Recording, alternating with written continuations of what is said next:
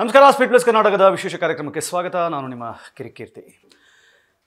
ಕರ್ನಾಟಕದಲ್ಲಿ ಸದ್ಯಕ್ಕೆ ಸಾಕಷ್ಟು ಬಿಸಿ ಬಿಸಿ ಚರ್ಚೆಗಳು ನಡೀತಾ ಇರೋದು RSS ವಿಚಾರವಾಗಿ. ಏನು ಮಾನ್ಯ ಪ್ರಿಯಾಂಕ್ ಖರ್ಗೆ ಅವರು ಮಾತಾಡಿದಾರೋ ಅಥವಾ ಅವ್ರು ಮಾತಾಡಿದ್ದಾರೆ ಅಥವಾ ಅವ್ರು ಬರೆದಿರುವ ಪತ್ರಕ್ಕೆ ಸಿದ್ದರಾಮಯ್ಯ ಏನು ರಿಯಾಕ್ಟ್ ಮಾಡಿದ್ದಾರೆ ಅದಕ್ಕೆ ಸಂಬಂಧಪಟ್ಟ ಹಾಗೆ ಒಂದಿಷ್ಟು ಚರ್ಚೆಗಳು ನಡೀತು. ಮೊನ್ನೆಯಿಂದ ಚರ್ಚೆ ಆಗ್ತಿರೋ ವಿಷಯ ಏನು ಅಂತಂದರೆ, ಆ ವಿಚಾರದಲ್ಲಿ RSS ವಿಚಾರವಾಗಿ ಅವರು ಟಚ್ ಮಾಡಿರೋದ್ರಿಂದ ಅದು ಮುಂದಿನ ದಿನಗಳಲ್ಲಿ ಕಾಂಗ್ರೆಸ್ ಪಕ್ಷಕ್ಕೆ ಬಹಳ ದೊಡ್ಡ ಪೆಟ್ಟು ಕೊಡ್ಬೋದು ಅನ್ನುವ ಕಾರಣಕ್ಕೆ ಉಳಿದ ಶಾಸಕರೇ ಪ್ರಿಯಾಂಕ ಖರ್ಗೆ ಅವರಿಂದ ಸ್ವಲ್ಪ ಡಿಸ್ಟೆನ್ಸನ್ನು ಮೇಂಟೈನ್ ಮಾಡ್ತಿದ್ದಾರೆ ಅನ್ನುವ ಅರ್ಥದಲ್ಲಿ ಒಂದಿಷ್ಟು ಸುದ್ದಿಗಳು ಪ್ರಕಟವಾದವು. ಅಫ್ಕೋರ್ಸ್ ಅದು ನಿಜವೂ ಇರಬಹುದು. ಅದಕ್ಕೆ ಇದ್ದಕ್ಕಿದ್ದ ಹಾಗೆಯೇ ಪ್ರಿಯಾಂಕ ಖರ್ಗೆ ಅವರು ಪ್ರೆಸ್ ಮೀಟನ್ನು ಕರೆದು ಪ್ರೆಸ್ ಮೀಟನ್ನು ಮಾಡಿರಬಹುದು.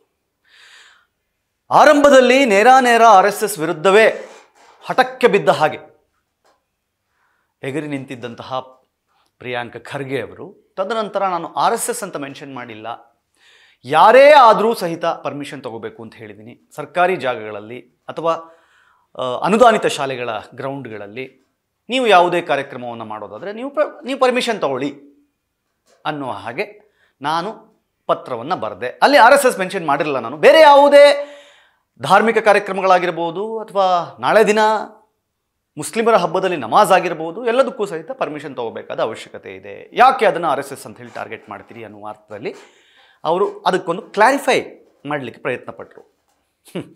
ಬಟ್ ಜನ ಮೂರ್ಖರಲ್ಲ ಬಿಡಿ. ಅಪೋಸಿಷನ್ ನಾನೇನು ಮಾತಾಡಲ್ಲ, ಬಿಕಾಸ್ ಅದೊಂದು ಕರ್ನಾಟಕದಲ್ಲಿ ಸದ್ಯಕ್ಕೆ ನಿತ್ರಾಣ ಆಗಿದೆ, ICUಲಿದೆ. ಅಪೋಸಿಷನ್ ಇಲ್ಲ ಬಿಡಿ ಕರ್ನಾಟಕದಲ್ಲಿ. ಎಷ್ಟು ವಿಚಾರಗಳನ್ನು ತಗೊಂಬಂದು ಕೊಟ್ಟರೂ ಸಹಿತ ಅದನ್ನು ಕರೆಕ್ಟಾಗಿ ಪಿಕ್ ಮಾಡಿ ಸರ್ಕಾರದ ವಿರುದ್ಧವಾಗಿ ಗಟ್ಟಿಯಾಗಿ ಧ್ವನಿ ಎತ್ತುವ ಯಾವೊಬ್ಬ ರಾಜಕಾರಣಿಯೂ ಸಹಿತ ಅಪೋಸಿಟಲ್ಲಿ ಕಾಣ್ತಾ ಇಲ್ಲ. ಯಾವೊಬ್ಬ ರಾಜಕಾರಣಿಯೂ ಸಹಿತ BJP ಮತ್ತು JDSನವರಾದರೂ ಒಂದಿಷ್ಟು ರಿಯಾಕ್ಷನ್ ಕೊಡ್ತಿದ್ದಾರೆ. BJP ಅವ್ರಿಗೆ ಅದು ಏನು ಅಡ್ಜಸ್ಟ್ಮೆಂಟ್ ರಾಜಕೀಯ ಮಾಡ್ಕೊಂಡು ಕೂತಿದ್ದಾರೋ ಗೊತ್ತಿಲ್ಲ. ನೇರ ನಾವು ಹಿಂದೂ ಪರ, ನಾವು ದೇವಸ್ಥಾನಗಳ ಪರ, ನಾವು ಅದ್ರ ಪರ ಇದ್ರ ಪರ ಅಂತ ಮಾತಾಡೋರು ಅವರು ಕೊಡ್ತಿರುವಂತಹ ಅಂತಹ ಅಸ್ತ್ರಗಳನ್ನು ತಿರುಮಂತ್ರ ಹಾಕಿ ಅವ್ರಿಗೆ ವಾಪಸ್ ಕೊಡೋದ್ರಲ್ಲಿ ಯಾಕೆ ಸೋಲ್ತಿದ್ದಾರೆ ಅಂತ ಗೊತ್ತಾಗ್ತಾ ಇಲ್ಲ. ಇವತ್ತು MP ಅಲ್ಲ, MLA ಅಲ್ಲ, ಒಬ್ಬ ಪ್ರತಾಪ್ ಸಿಂಹ ಮೈಸೂರಿನಲ್ಲಿ ನಿಂತು ಗಂಡದೆಯಿಂದ ಗಟ್ಟಿಯಾಗಿ ಎಲ್ಲವನ್ನು ವಿರೋಧಿಸಿ ಮಾತನಾಡ್ತಾರೆ. ಆದರೆ ಅಪೋಸಿಷನ್ಲಿದ್ದು ಅಧಿಕಾರದಲ್ಲಿದ್ದು MLAಗಳಾಗಿ MP ಗಳಾಗಿ ಇವ್ರು ಯಾರು ಏನೂ ಮಾತಾಡಲ್ಲ. ಬೇಕಾಗಿಲ್ಲ ಇವ್ರಿಗೆ.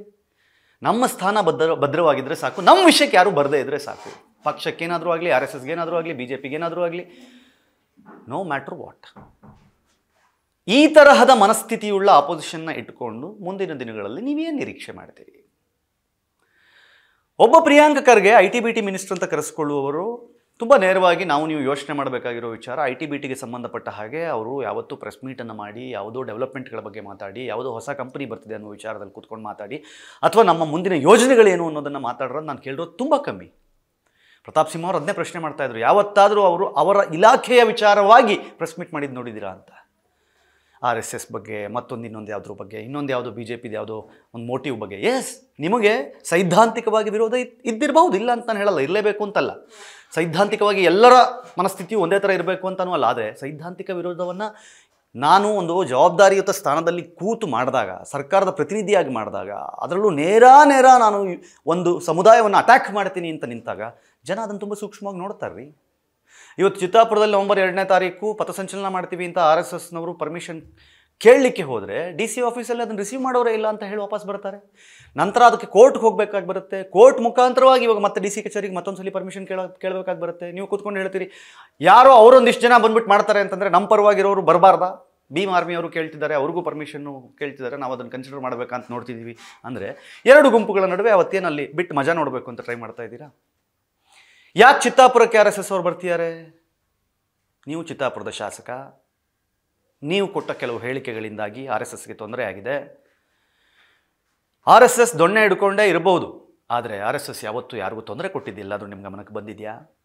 RSS ಎಲ್ಲಾದರೂ ಒಂದು ಬಾಂಬ್ ಬಿಟ್ಟಿರೋದ್ರ ಬಗ್ಗೆ ನೀವು ಕೇಳಿದ್ದೀರಾ? RSS ಒಂದು ಗಲಭೆ ಮಾಡಿರೋದು ನೋಡಿದ್ದೀರಾ? ಯಾವುದಾದ್ರೂ ಜಾಗದಲ್ಲಿ ಪ್ರವಾಹ ಬಂದರೆ, ಯಾವುದಾದ್ರೂ ಜಾಗದಲ್ಲಿ ಏನೋ ನೈಸರ್ಗಿಕ ದುರಂತಗಳು ನಡೆದರೆ ಆ ಜಾಗಕ್ಕೆ ಹೋಗಿ ಅಲ್ಲಿ ನಿಂತು ಅವರಿಗೆ ಊಟ ಬಡಿಸಿ ಅವರಿಗೆ ಬೇಕಾದ ಸವಲತ್ತುಗಳನ್ನು ಒದಗಿಸುವ ಕೆಲಸವನ್ನು RSS ಮಾಡಿದ್ದೇ ಬಿಟ್ಟರೆ, ಒಂದಿಷ್ಟು ಸ್ವಚ್ಛತಾ ಕಾರ್ಯಗಳನ್ನು ಮಾಡಿದ್ದೇ ಬಿಟ್ಟರೆ, ನಿಮಗೆ ಬೇರೆ ರೀತಿಯ ಅಪರಾಧವೆನಿಸುವ ಅಥವಾ ಈ ಸಮಾಜಕ್ಕೆ ಕಂಟಕವಾಗುವ ಯಾವುದೇ ಕೆಟ್ಟ ಕೆಲಸವನ್ನು RSS ಇಲ್ಲಿ ತನಕ ಮಾಡಿಲ್ಲ. ಹಾಗಿದ್ದಾಗ ಆರ್ ಎಸ್ ಎಸ್ ಮೇಲೆ ನಿಮಗೆ ಯಾಕಷ್ಟು ದ್ವೇಷ ಅನ್ನುವ ಪ್ರಶ್ನೆ ಯಾರಿಗಾದರೂ ಬಂದೇ ಬರುತ್ತೆ. ಆರ್ ಎಸ್ ಎಸ್ ಒಂದು ಸಂಘಟನೆಯಾಗಿ ರಿಜಿಸ್ಟ್ರೇ ಆಗಿಲ್ಲ ಅನ್ನೋದಾದರೆ ಹೌದು, ಸ್ವಯಂ ಸೇವಕರ ಒಂದಿಷ್ಟು ಒಕ್ಕೂಟಕ್ಕೆ ರಿಜಿಸ್ಟರ್ ಮಾಡ್ಕೊಂಡು ಯಾಕಿರಬೇಕು? ಒಳ್ಳೆಯ ಕೆಲಸ ಮಾಡೋಕ್ಕೆ ರಿಜಿಸ್ಟ್ರೇಷನ್ ಯಾಕೆ ಬೇಕು ಅಂತ ಆರ್ ಎಸ್ ಎಸ್ ಕೇಳೋದು. ಯಾರನ್ನು ದೂರ ಇಡ್ತೀರಿ ನೀವು? ಆರ್ ಎಸ್ ಎಸ್ನ ದೂರ ಇಡಬೇಕು ಅಂತಂದ್ರೆ ಈ ದೇಶದ ಪ್ರಧಾನಿಯನ್ನೇ ದೂರ ಇಡಬೇಕು ನೀವು, ಅಲ್ವೇ? ಬಿಜೆಪಿ, ಇಡೀ ಬಿಜೆಪಿಯನ್ನು ದೂರ ಇಡಬೇಕು ನೀವು. ಬಿಜೆಪಿಯನ್ನು ದೂರ ಇಡಬೇಕು ಅಂತಲೇ ಮಾಡ್ತಿರ್ಬೋದು, ಅದು ಬೇರೆ ವಿಚಾರ. ಬಟ್ ಆದರೆ ಆರ್ ಎಸ್ ಎಸ್ ಅನ್ನೋದಿದೆಯಲ್ಲ, ಅದು ಬರೀ ಒಂದು ಸಂಘಟನೆಗೆ, ಒಂದು ಪಕ್ಷಕ್ಕೆ ಸೀಮಿತವಾಗಿದ್ದಲ್ಲ, ಅದೊಂದು ಸಮುದಾಯಕ್ಕೆ ಸೇರಿದ್ದು. ಬಹಳ ದೊಡ್ಡ ವರ್ಗ ಸೇರಿರುವಂತಹ ಒಂದು ಒಕ್ಕೂಟ ಅದು. ಬಹಳ ಸಮಾಜಮುಖಿ ಕೆಲಸಗಳನ್ನು ಮಾಡ್ತಾ ಇರುವಂತಹ ಒಂದು ಸಂಘ ಸಂಸ್ಥೆ ಅದು. ಹಾಗಿರುವಾಗ ಅದರ ಮೇಲೆ ನೀವು ಏಕಾಏಕಿ ಟಾರ್ಗೆಟ್ ಮಾಡಿದ್ರೆ 100% ಅವರು ನಿಮಗೆ ಕೌಂಟರ್ ಅಟ್ಯಾಕ್ ಮಾಡೇ ಮಾಡ್ತಾರೆ. When you are ready to give it, please get ready to take it also. ಆಮೇಲೆ ಗೂಗಲ್ AI ಹಬ್ಬು ಹೈದರಾಬಾದ್ಗೆ ಹೋಗಿದ್ರ ಬಗ್ಗೆ ಇಡೀ ಪತ್ರಿಕೆಗಳಲ್ಲಿ ಅಷ್ಟು ದೊಡ್ಡ ಲೇಖನ ಬಂತು. ಯಾಕೆ ಅಲ್ಲಿಗೆ ಹೋಯಿತು, ಯಾಕೆ ಅಲ್ಲಿಗೆ ಶಿಫ್ಟ್ ಆಯಿತು, ಬೆಂಗಳೂರಿಗೆ ದಕ್ಕಬೇಕಾಗಿದ್ದು ಹೈದರಾಬಾದ್ ಹೆಂಗೆ ಕಿತ್ಕೊಂಡು ಹೋಯಿತು ಅಂತ ನೀವೆಲ್ಲೂ ಸ್ಟೇಟ್ಮೆಂಟೇ ಕೊಡಲ್ಲ. ನೀವು ಹೇಳ್ತೀರಿ ಅವ್ರು ನಮ್ಮ ಹತ್ರ ಬಂದೇ ಇಲ್ಲ ಅಂತ. ಹೇಗೆ ಬರದೇ ಇರೋಕ್ಕೆ ಸಾಧ್ಯ? ಪತ್ರಿಕೆಗಳು ಹೇಗೆ ಬರೆದ್ವು ಹಾಗಾದರೆ ಆ ವರದಿಯನ್ನು? IT-BT ಮಿನಿಸ್ಟ್ರಾಗಿ ನಿಮ್ಮ ಹತ್ರನೇ ಅಲ್ಲೇ ಬರಬೇಕು. ನಿಮ್ಮ ಇಲಾಖೆಯ ಮುಖಾಂತರವಾಗಿ IT-BT ಸೆಕ್ಟರ್ನಲ್ಲಿ ಏನೆಲ್ಲ ಡೆವಲಪ್ಮೆಂಟ್ಗಳನ್ನ ಮಾಡಲಿಕ್ಕೆ ಸಾಧ್ಯ ಆಗಿದೆ?